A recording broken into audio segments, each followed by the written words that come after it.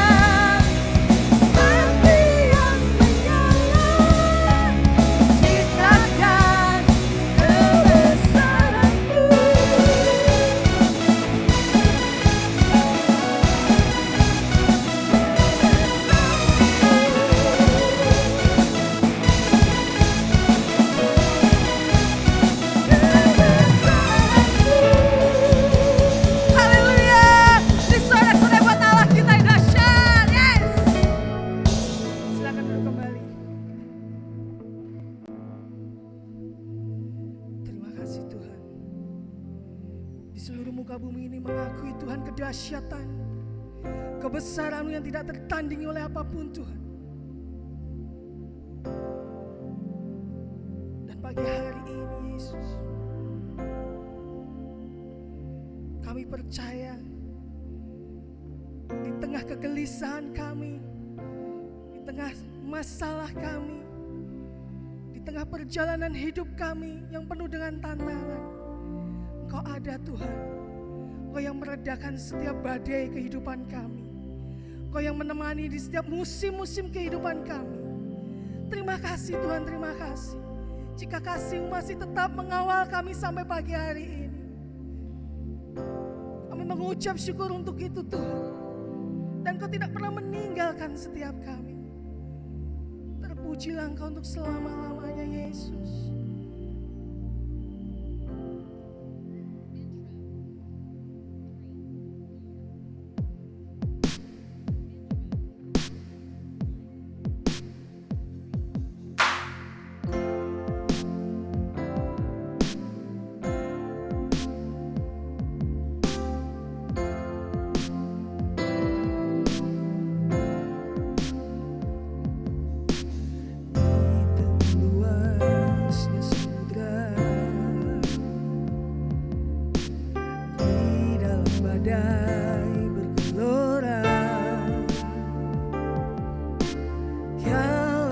Hidupku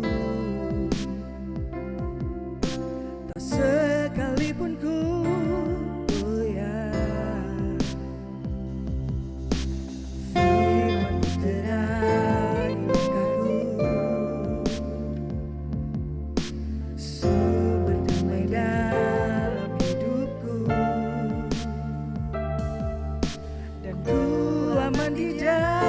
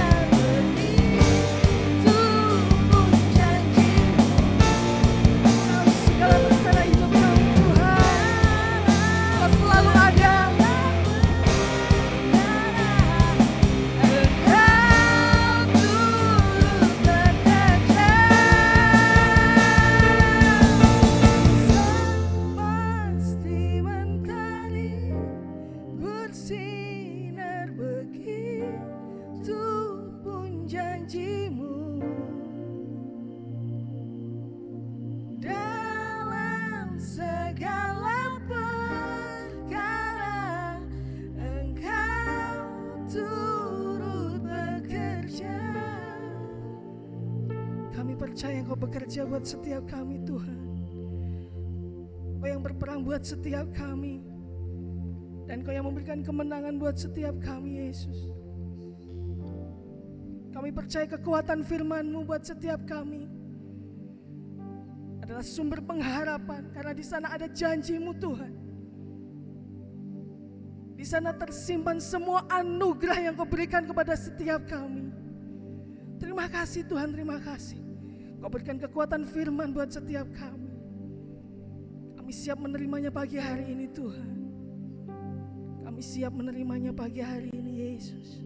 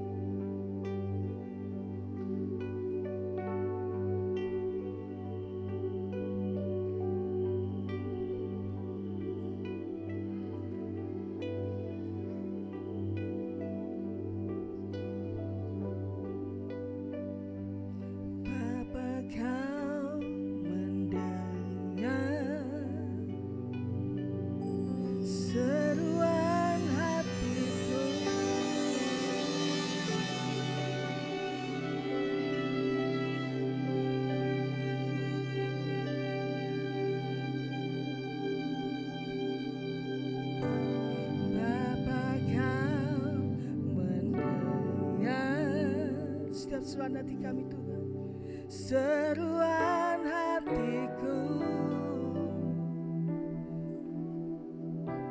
tak pernah Kau lepaskan dari kasih-Mu. Lewat semua lembah Tuhan, lewat segala Kau menemani setiap kami. Kau temani aku, Roh-Mu bekerja selalu untuk kebaikanku.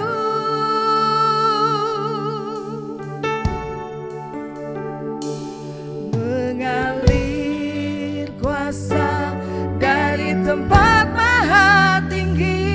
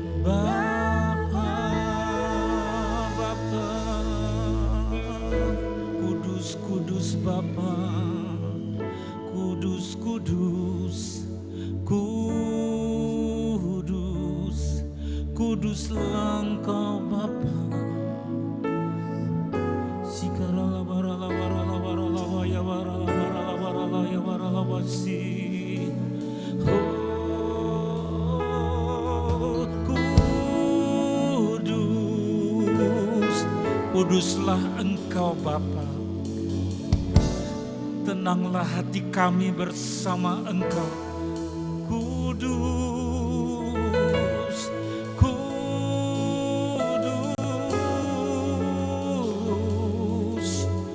Sikarala barala barala barala barala barala barala barala barala barala barala ya barala barala. Ila barala barala barala ya wasikala barala barala barala ya barala barala wasikala barala barala barala. Ila barala ya mansakala batapa ya wasusana.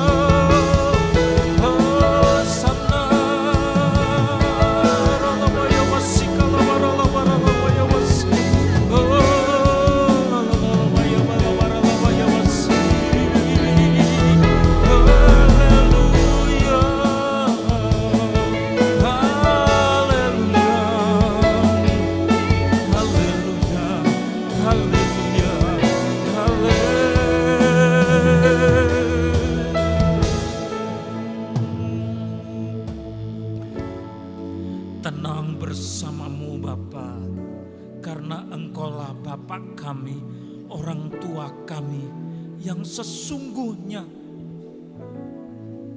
Karena orang tua kami di bumi cuma sebentar, mereka terbatas membesarkan kami, mendampingi kami.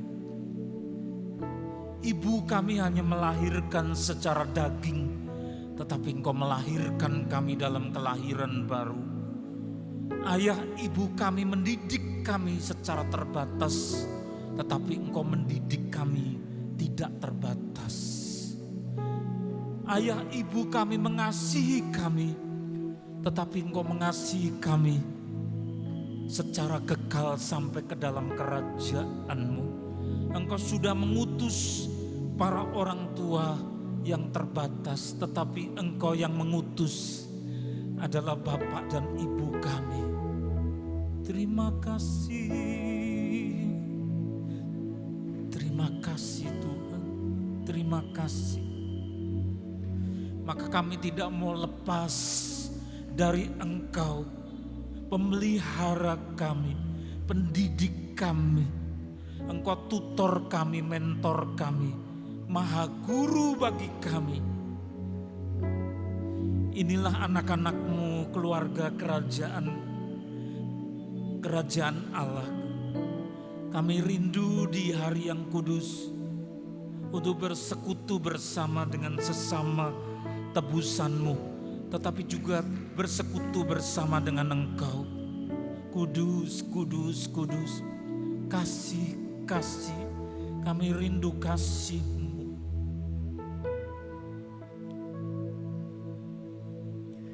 Kalau air mata kami tumpah karena rindu, karena cinta-Mu, dunia tidak bisa memberi apa yang Engkau beri. Maka nyatakan pesan yang berasal daripada firman-Mu yang tertulis di dalam kitab suci.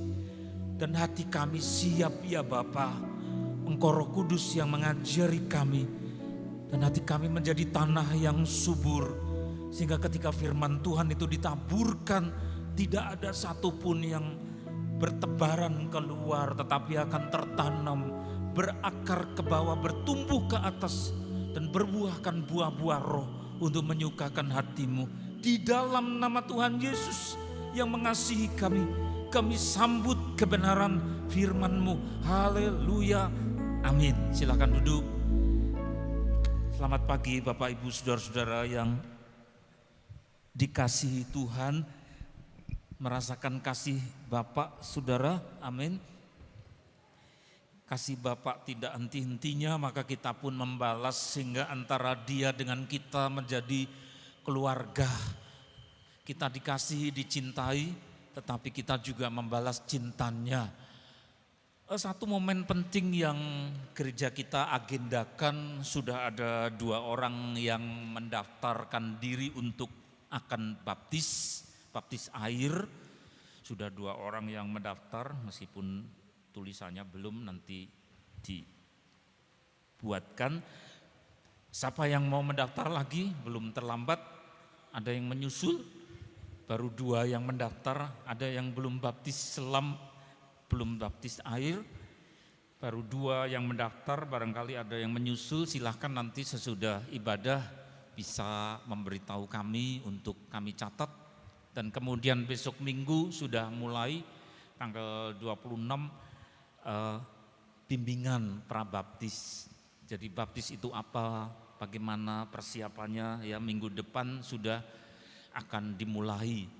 Sehingga nanti kalau ada yang menyusul bisa memberitahu. Mari kita perhatikan bersama-sama saudara-saudara yang dikasihi oleh Tuhan. Satu tema yang menyapa kita sekalian. Ya, gambarnya seperti itu. Gunung batu yang menjulang, gunung batu keselamatanku. Ya, itulah tema yang diambil dari, mari dibuka, Lukas pasal 19, dan di depan juga terpampang Lukas pasal 19 mulai ayat 35 sampai 40. Siap saudara hati ini untuk firman Tuhan? Mereka membawa keledai itu kepada Yesus lalu mengalasinya dengan pakaian mereka dan menolong Yesus naik ke atasnya. Dan sementara Yesus mengendarai keledai itu, mereka menghamparkan pakaiannya di jalan. Ketika ia dekat Yerusalem, di tempat jalan menurun dari bukit Zaitun, mulailah semua murid yang mengiringi dia bergembira dan memuji Allah dengan suara nyaring oleh karena segala mujizat yang telah mereka lihat. Kata mereka, diberkatilah dia yang datang sebagai raja dalam nama Tuhan, damai sejahtera di surga dan kemuliaan di tempat yang maha tinggi. Sampai di situ lalu beberapa orang Farisi ayat 39 yang turut dengan orang-orang banyak itu berkata kepada Yesus, "Guru, tegurlah murid-muridmu itu." Jawabnya, "Aku berkata kepadamu, jika mereka ini diam, maka batu ini akan berteriak." Nah, lihat saudara, terjadi sukacita, terjadi penyambutan, terjadi suatu kesukaan, joyful, penuh dengan kegembiraan, di mana orang banyak melihat ada pengharapan yang hadir melawat mereka. Wujudnya sosok Tuhan Yesus, tapi juga ada konflik, di mana ada sukacita diturunkan, melawat, sudah ada kuasa gelap yang menyambut, lalu konflik. Konflik itu dicetuskan atau diletupkan oleh utusan-utusan iblis yang ditulis dengan warna merah, golongan-golongan ahli Alkitab, ahli bahasa asli, sampai detil-detilnya justru mereka itu musuh-musuh dari kerajaan Allah. Maka saudara, sampai dengan hari kiamat, akhir zaman, siapa yang mencetuskan permusuhan untuk memecah gereja-gereja? Siapa yang mencetuskan supaya Alkitab dikacau? Ya, siapa yang mencetuskan supaya jemaat Tuhan bingung ajaran yang benar yang mana?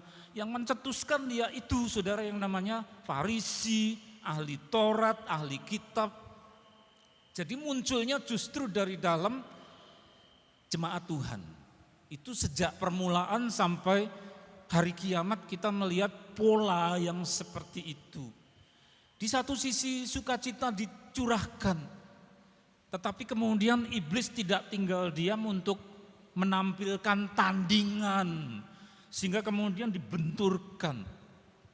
Nah, itulah yang terjadi dalam momen yang tadi kita baca dari ayat 35 sampai 40, di mana sosok yang diturunkan dari surga dan itu dijejalkan dalam satu pribadi yang suci, dalam tubuh suci, seorang pria Yahudi yang lahir tanpa ayah, tetapi langsung dari kandungan seorang perawan dan muncul sebagai pria kudus tanpa benih laki-laki bumi.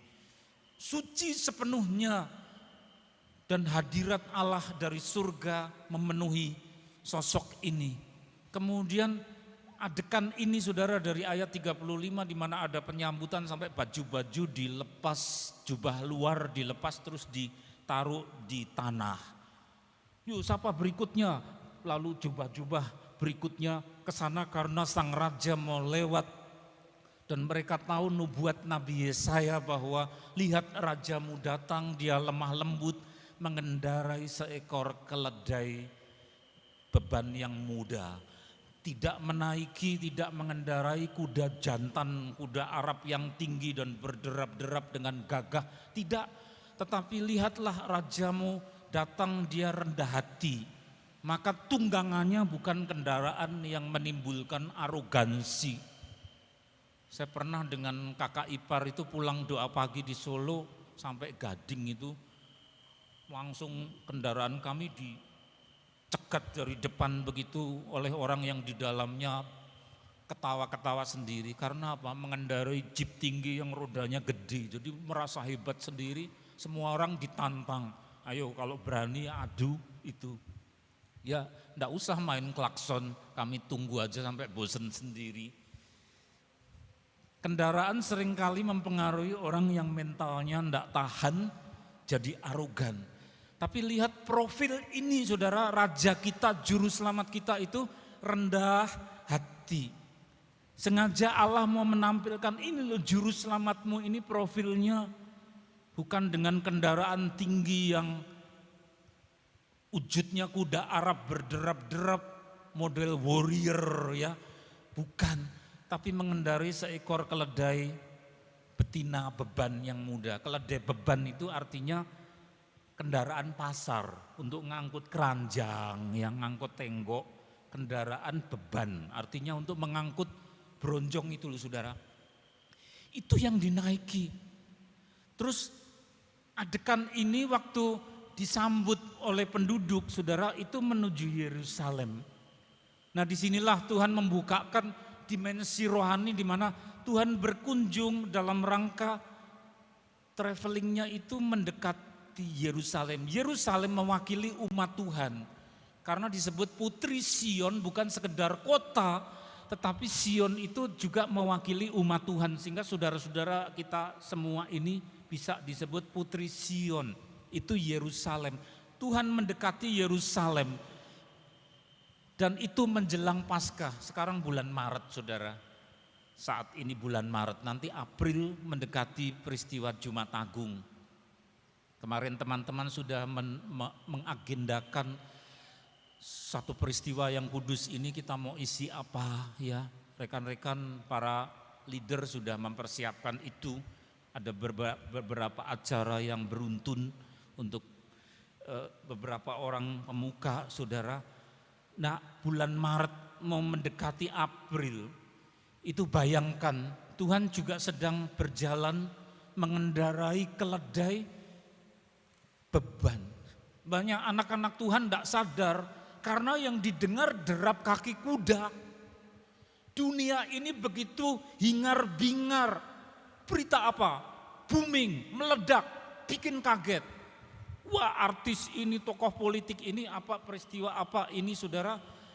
Itu hingar-bingar suara dunia sehingga ketepek gitu kakinya bagal. Ada beberapa jenis keledai yang dikawinkan sama kuda, keturunannya namanya bagal. Jadi setengah kuda, setengah keledai. Tapi kalau yang Tuhan naiki, beberapa orang menafsirkan itu mungkin bagal. Entah saudara tidak terlalu penting. Tapi jalannya tidak berderap. Dan dia mendekati Putri Sion, mendekati Yerusalem. Saudara sekarang bulan Maret. Jangan-jangan kita juga sedang didekati oleh lawatan Tuhan itu dalam roh kita. Tapi anak-anak Tuhan di luar sana, di luar hadirat Tuhan tidak dengar. Karena yang didengar adalah derap kuda, derap dunia. Sehingga ketika Tuhan datang, ini loh saya mau datang. Lalu anak-anak Tuhan yang cepat tanggap, emosional lalu menghamparkan pakaiannya. Mereka enggak malu cuma pakai pakaian dalam, mungkin kalau zaman sekarang singlet. Ya sudah ndak apa-apa singlet tapi jubahnya dipakai diinjak-injak, kakinya bagal, kakinya keledai, sudah ndak apa-apa. Ya saya sambut, mereka tanggap, bersukaria. Tapi lihat saudara, di mana ada sukacita melawat, di situ ada tandingannya. Yaitu kaum Farisi, ahli Taurat, ahli kitab. Musuh-musuh yang dipakai iblis pertama sampai dengan akhir zaman adalah orang yang mengerti bahasa asli kitab suci. Orang yang paham sungguh, bahkan punya gelar lebih daripada S1. Sejak zaman dulu seperti itu. Mereka jangankan mengamparkan pakaiannya, jangankan bersorak-sorak selamat datang raja, oh tidak, mereka malah mengucapkan kata-kata itu. Beberapa orang Farisi yang turut dengan orang banyak itu berkata kepada Tuhan Yesus, "Guru, tegurlah murid-murid itu." Jadi suruh diam. Yang berteriak Hosana, welcome, ya mari rajaku, disuruh diam saudara. Orang memuji Tuhan disuruh bungkam. Nah itu sifat dari iblis, di mana tidak suka akan puji-pujian kepada Tuhan lalu menyuruh itu diam. Ini ada toh yang pejabat tingkat paling bawah itu yang dibawa ke pengadilan, dibawa ke polisi. Ada videonya viral kemana-mana, masuk nyok masuk ke satu ruangan, terus menghentikan kebaktian gereja. Ya. Dan dia punya pendukung, lalu Pak Presiden yang tampil, hati-hati loh ya. Menurut pembukaan UUD 45, beribadah itu hak warga negara Indonesia, baru berbakti kok disuruh berhenti. Terus saya ulang-ulang videonya, saya perhatikan baru apa orang gereja itu kok dihentikan, kok di stop. Apa baru khotbah, pendetanya menerang, saya dengarkan begitu, oh baru memuji Tuhan, sedang nyanyi loh saudara, ya baru menyanyi lalu dia masuk begitu, berhenti. Kemarin saya baca dipanggil polisi, sedang memuji Tuhan. Ini kejadian, roh yang sama yang hinggap pada orang Farisi itu terus bergentayangan sampai akhir zaman, menyetop orang memuji Tuhan. Gereja Tuhan di stop ketika sedang memuliakan Allah. Kapan itu terjadi? Justru pada saat momen yang namanya ketemek-ketemek tadi. Bukan derap kaki kuda, tetapi apa? Ketemek. Kakinya bagal, kakinya keledai. Keledai apa? Keledai pasar. Dunia tidak bisa dengar karena yang didengar derap kuda, yang didengar hingar-bingar, yang didengar adalah suara bising dunia dengan segala beritanya yang viral. Tetapi suara ketemek mereka tidak dengar. Saudara, itu mendekati Paskah beliau turun. Dan sekarang bulan Maret mendekati April. Ada anak-anak Tuhan yang mendengar lawatan Tuhan. Meskipun apa? Ketemek. Ya. Tidak dengar dunia, tapi bisa mendengar itu. Engkau melawat saya Tuhan. Saya bersuka cita. Kau mau apa beracara dengan saya, silahkan. Itu kalau dengar. Tuhan punya kehendak apa atas saudara pribadi lepas pribadi. Meskipun saudara hanya mendengar pelan saja. Bukan kaki kuda. Itu yang pertama, terus lagi. Nah, beberapa orang Farisi menyuruh diam, suruh bungkam yang memuji itu. Seperti Pak RT tadi yang ditangkap polisi saudara. Ya. Berhenti. Akhirnya jadi urusan. Pak Presiden sendiri yang tampil, bukan Menteri Agama. Hati-hati loh ya, Pak Jokowi sampai gitu, hati-hati loh. Dijamin oleh konstitusi orang beribadah. Berani menghentikan, hati-hati. Sudah gitu Pak Presiden, saudara.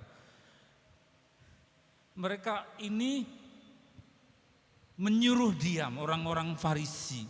Tapi Tuhan berkata apa kalau disuruh diam? Guru, tegurlah murid-muridmu, itu jawabannya. Bawahnya ayat 40. Aku berkata kepadamu, jika mereka ini diam, maka batu ini akan berteriak. Artinya apa? Tidak bisa dibendung. Puji-pujian kepada Tuhan tidak bisa dibendung. Sampai dengan hari kiamat pun khotbah berhenti, pengajaran berhenti. Di surga sudah tidak ada pendeta khotbah. Di surga tidak ada evangelis, PDM, PDP, ya misionaris, khotbah berhenti, tidak ada lagi pengajaran. Tapi yang terus apa? Tidak bisa terbendung, puji-pujian. Maka rekan-rekan ini menempati ujung tombak dalam kerajaan Allah. Ya. Jadi menempati dalam dimensi penting. Sehingga bukan hanya di sini tapi di rumah terus jaga hidup. Dan puji-pujian itu tak terbendung. Kalau iblis membendung, maka Tuhan berkata, kalau mereka diam, batu ini akan berteriak. Tuhan artinya apa? Artinya Tuhan bisa cari semaunya beliau untuk menggantikan yang diam tadi. Kalau ada sampai yang mogok, dibendung orang, dipenjarakan. Dan sampai sekarang ini yang belum bebas kan yang ada di negara yang diawasi itu. Di Cina belum bebas. Di sana juga ada jemaat IMGF. Saya ketemu gembalanya, beliau berkata, ya acaranya party, apa itu? Pesta, ada roti, lodong, ada sirup, bertamu, sehingga kok polisi datang, baru apa kamu? Party. Ya kami nyanyi masa enggak boleh, nyanyinya pelan-pelan, tapi terus ada, kok digerebek diawasi terus, pindah lagi kemana? Saya ketemu gembalanya saudara, kita diberi kebebasan seperti ini pakai. Memuji. Karena tidak semua daerah boleh. Ya. Karena gereja kita tersebar di seluruh pelosok dunia. Kecil-kecil tapi banyak sekali. Sampai ke tempat yang dulu ini masuk dibawa turis atau apa orangnya dipenggal.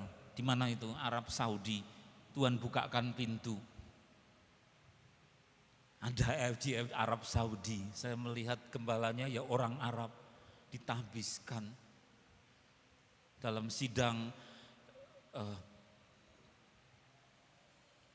yang dihadiri oleh berbagai macam delegasi dari banyak negara, saudara. Ada IFGF Arab Saudi, luar biasa. Tuhan dipuji di mana-mana, di mana orang dibungkam, dianiaya. Tapi Tuhan bilang apa? Kalau mereka diam, batu ini akan berteriak. Artinya gampang kok Tuhan mau suruh cari gantinya. Jangankan orang, batu saja yang diam. Tuhan bisa pakai untuk menyuarakan puji-pujian. Maka senior kita bersaksi ketika kami dikumpulkan di pusat. Beliau pernah meninggal, dikasih lihat sebentar surga. Ternyata yang memuji bukan hanya orang dan malaikat.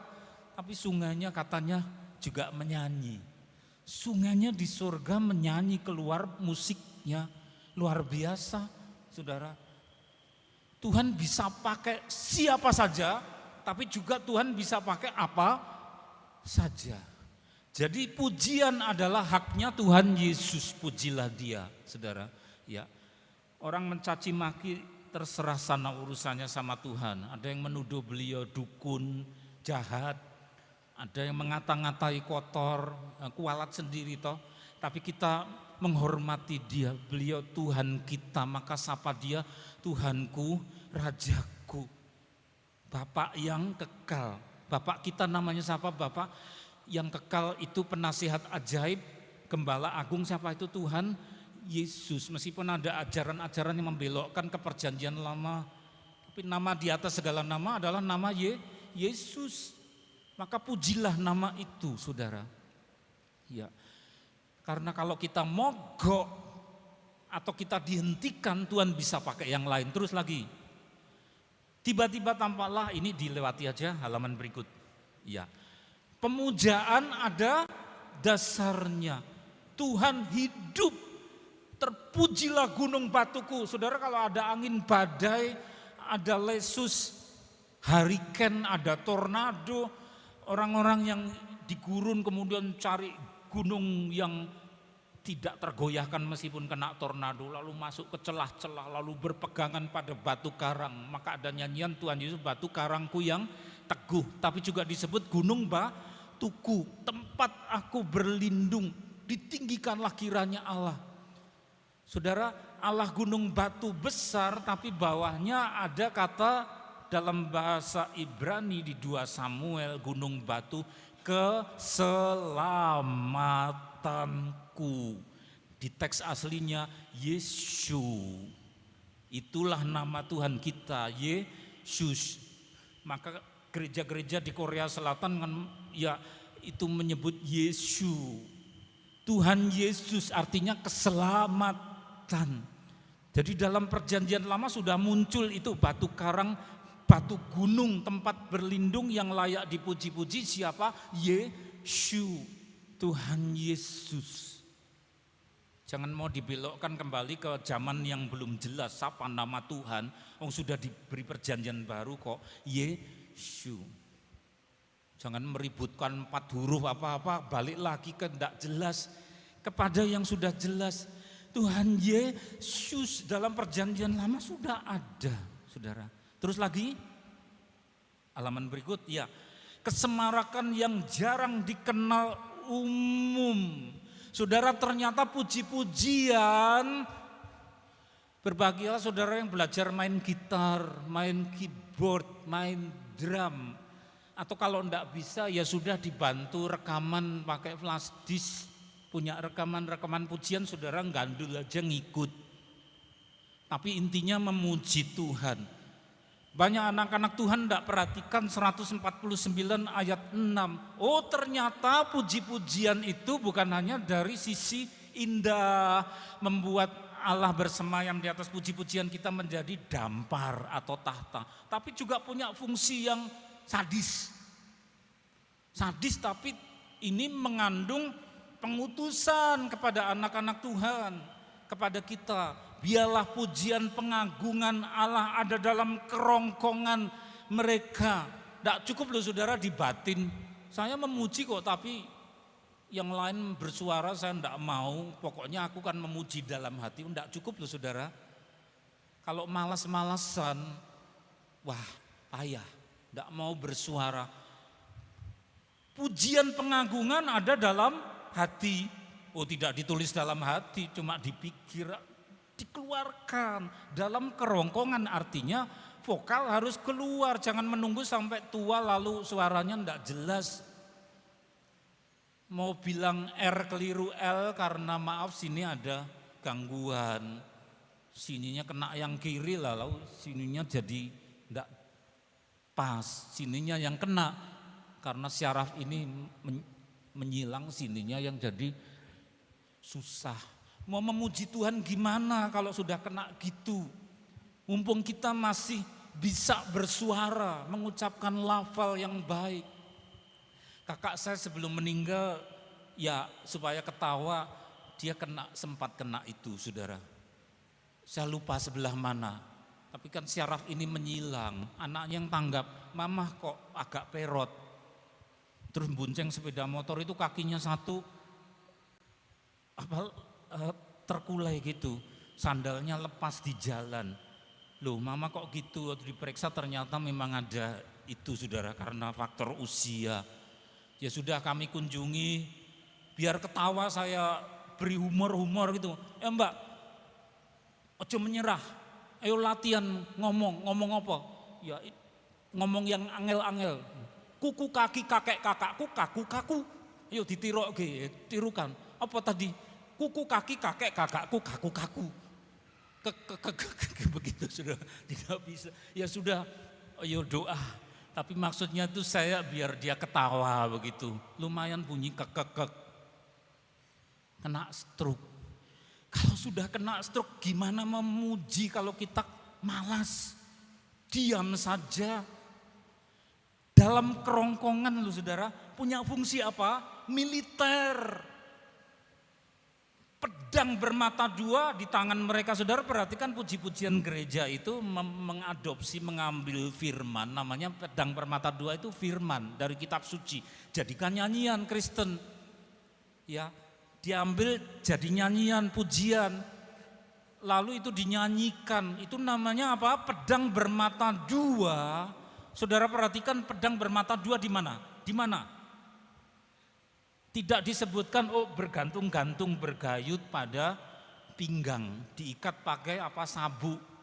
Enggak, saudara, tidak ditulis bergayut-gayut di pinggang dalam sarungnya. Coba dibaca, pedang bermata dua di mana? Di tangan mereka, berarti ini sedang dalam siaga dan dipakai kalau iblis datang. Ayo kamu bersungut-sungut, ayo kamu ngomel. Pedangnya ditebaskan, aku mengucap syukur pada Tuhan dalam segala hal. Ini pedangnya sedang ditebaskan karena firman mengucap syukur dalam segala hal. Ketika pencobaan datang, suruh kita ngomel, pedangnya diayunkan melalui tenggorokan, melalui mulut. Pedangnya di tangan, artinya siaga, dipakai. Ya saudara. Terus apa? Ayat 7, untuk melakukan apa? Pembalasan, penyiksaan, pembelengguan. Membelenggu itu diborgol, sudah memborgol.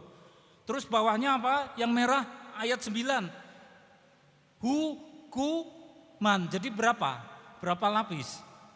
Ya. Berapa lapis? Saudara hitung. Membalas, menyiksa, membelenggu, bawahnya apa? Menghukum. Loh kok ditimpali empat itu artinya apa, saudara?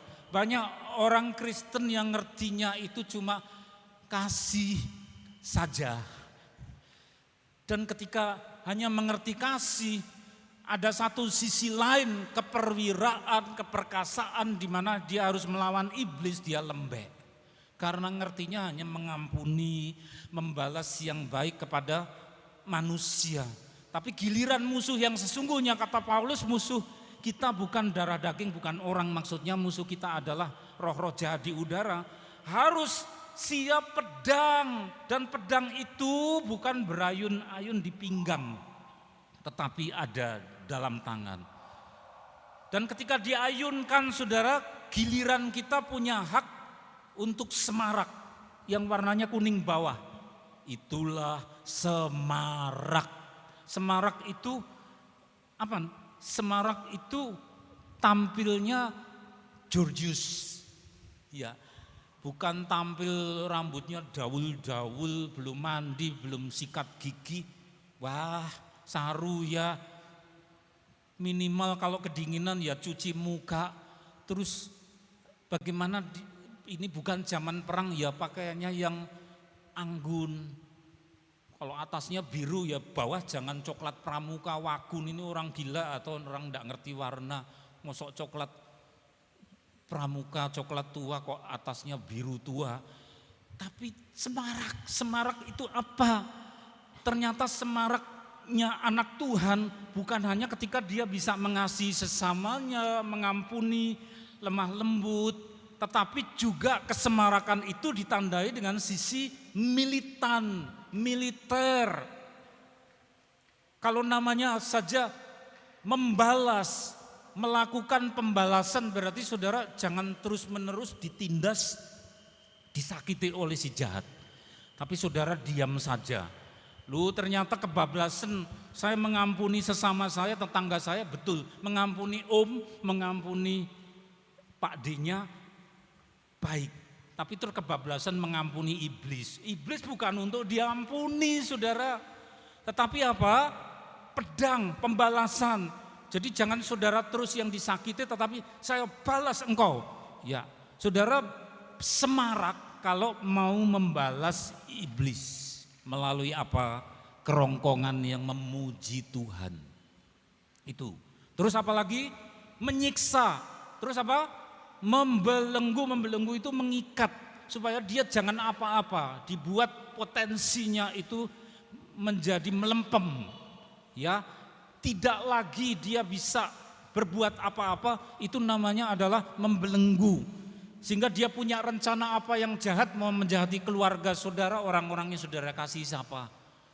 Maka kita berhak untuk melakukan pembelengguan supaya batal. Saudara punya orang-orang yang kekasih di luar kota siapa? Doakan, cukup doakan saja ngomong, memuji sama Tuhan. Saudara lewat kerongkongan, maka kita melakukan pembelengguan, yaitu membatalkan iblis untuk menyakiti orang-orang yang kau kasihi. Membelenggu dan melakukan penghukuman. Ternyata yang menghukum bukan hanya Tuhan, tetapi juga kita diberi hak. Itulah kesemarakan, puji-pujian. Kalau kita malas saudara, Tuhan berkuasa pakai batu-batu. Maka jangan malas memuji Tuhan saudara. Oh haleluya, haleluya, puji Tuhan. Syukur, syukur.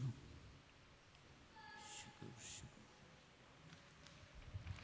Syukur, syukur, syukur, syukur. Hosana, hosana, hosana, hosana.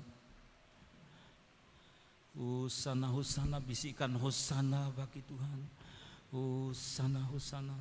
Kudus, kudus. Glory, glory, glory. Glory, puji, puji namamu. Puji namamu, puji namamu.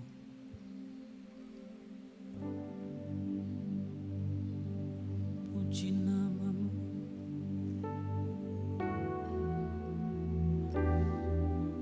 Puji namamu.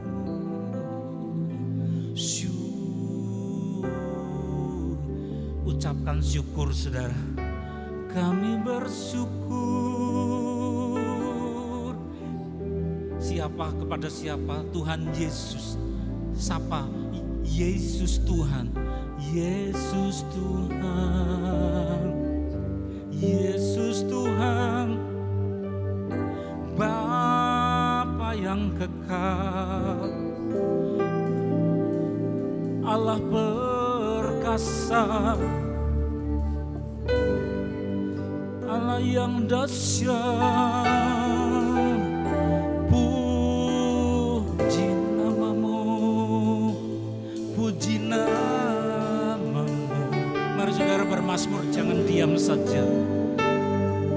Ayo bersuara, mari bersuara. Puji namamu, puji namamu, Bapa. Yesus, keselamatanku, penolongku. Mari singer bersuara, bersuara, bersuara, bersuara. Mari bersuara syukur, syukur, syukur. Ilalawaya waralawaya wase. Mari bangkit berdiri, mari bangkit berdiri. Suarakan haleluya, haleluya. Hosana, katakan hosana, hosana, hosana, hosana, hosana. Oh, kudus, kudus namamu.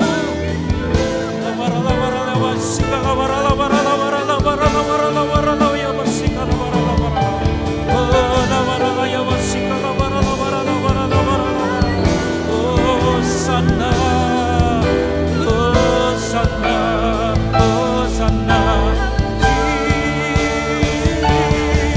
Haleluya, katakan haleluya, haleluya, haleluya, haleluya. Ziralabaralabaralabaralabaya wasakalabaralabaya wase. Hosana, hosana.